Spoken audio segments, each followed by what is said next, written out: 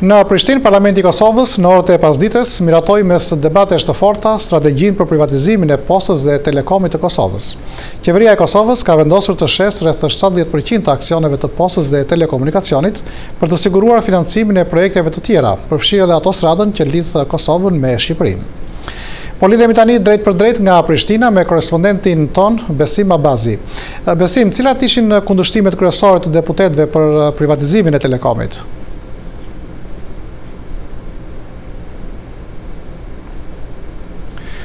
Beni, miratimi i strategjisë u bën mes debatesh mjaft të rrepta në cilat ishin përfshirë edhe partitë e koalicionit qeverisës, Partia Demokratike e Kosovës dhe Lidhja Demokratike e Kosovës.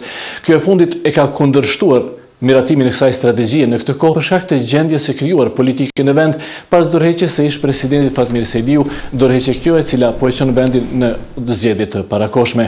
Kundër privatizimit, përkatësisht kundër miratimit në këtë kohë të kësaj strategjie janë shprehur edhe partitë politike opozitare, të cilat thanë se procesi nuk është i përgatitur mirë dhe saj duhet të shtyhet. Megjithatë, strategjia u hodh në votim dhe ajo miratua me 47 vota për, 2 kundër dhe 1 vot të paanshme.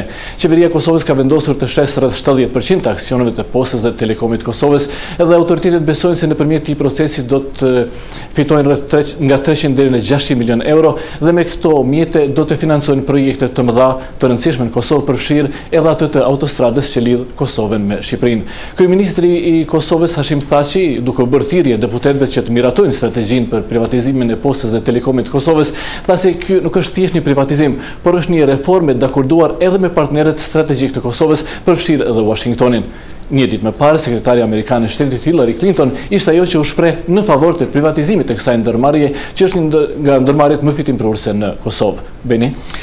Besim ju thatë se në favor të privatizimit të Postës dhe Telekomit ishte shprehur dje dhe sekretaria amerikane e shtetit Clinton gjatë qëndrimit në Prishtinë. Sekretaria e shtetit bëri gjithashtu thirrje për fillimin e negociatave me Beogradin. A pritet që ky proces të përshpejtohet tashmë?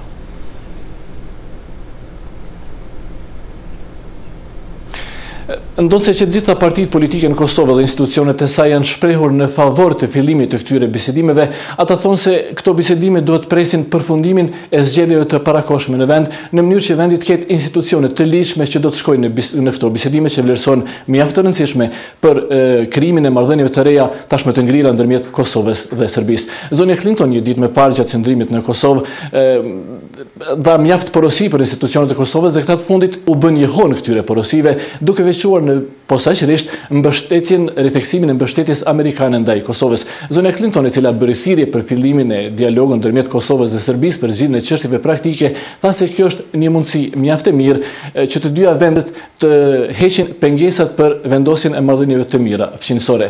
Kryeministri i Kosovës Hashim Thaçi, duke folur sot në Parlamentin e Kosovës, tha se për përfshirjen e Kosovës në proceset e integrimeve euroatlantike dhe antarësimin e saj edhe në Kombet e Bashkuara, nevojitet krijimi edhe i marrëdhënieve të mira me fqinjet. Ta ndjekim. Dhe këtë konfirmim të qeverisë e Republikës e Kosovës dhe institucionet e Republikës e Kosovës më së miri e ka konfirmuar edhe dje e ndërruara sekretare e Shtetit Bashkuar të Amerikës, zonja Clinton. Pra, Shteti i Kosovës do të ketë bashkëpunim ndërshtetëror me Serbi si me gjitha vendet e tjera të rajonit me interes të Shtetit të Kosovës, interes të paqes, bashkëpunimit rajonal, stabilitetit dhe integrimit të vendeve tona në NATO dhe Bashkimin Evropian. Kjo është vizioni, kjo është qëndrimi Washingtonit dhe Bashkimit Evropian. Vizita dhe porositë e sekretares amerikane të shtetit Hillary Clinton janë cilësuar me rëndësi historike edhe nga përfaqësuesit e partive politike opozitare.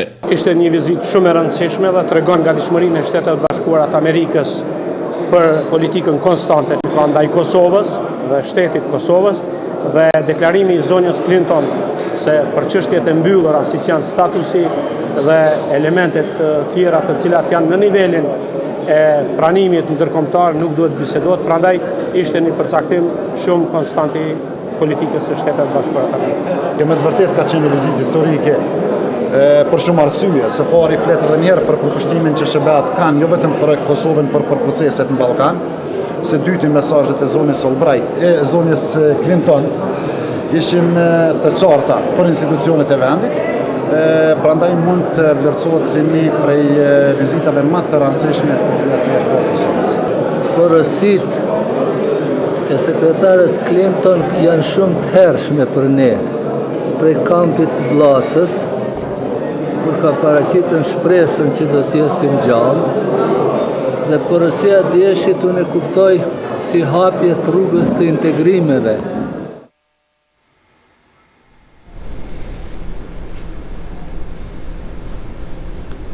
Zonja Clinton beni një ditë më parë u prit si heroinë në Kosovë, ku familja Clinton gëzon një respekt i jashtëzakonshëm për shkak të rolit të saj gjatë gjithë proceseve politike në Kosovë, përfshirë edhe ndërhyrjen e NATO-s për çlirimin e Kosovës. Dhe para se të shkëputemi në një njoftim i cili në një farë mënyrë ka të bëjë me vizitën e zonjës Clinton, por jo drejt për drejt me të, gjatë qëndrimit të saj në Kosovë, qyteti ishte i stolisur me flamuj të Kosovës dhe të Shtetit Bashkuar të Amerikës, ndërkaq një ditë pas ishin vënë ishin hequr edhe flamujt kombëtar shqiptar, duke nxitur kështu reagimin e disa organizatave në Kosovë. Disa qindra studentë të Universitetit të Prishtinës parakaluan sot në përqendër të Prishtinës duke bërëritur një flamur dhe duke bartur flamuj kombëtar shqiptar. Ata thanë se në këtë mënyrë po shprehin edhe protesten për heqjen e flamurit gjatë vizitës së zonjës Hillary Clinton në Kosovë, por njëkohësisht ata shprehin edhe protesten ndaj incidentit të 12 tetorit që ka ndodhur në Gjenova të Italisë, kur grupet e tifozëve serb dogjen flamurin kombëtar shqiptar. Beni. Faleminderit Besim, ishim në lidhje të drejt për drejt me korrespondentin ton në Prishtinë, Besim Abazi.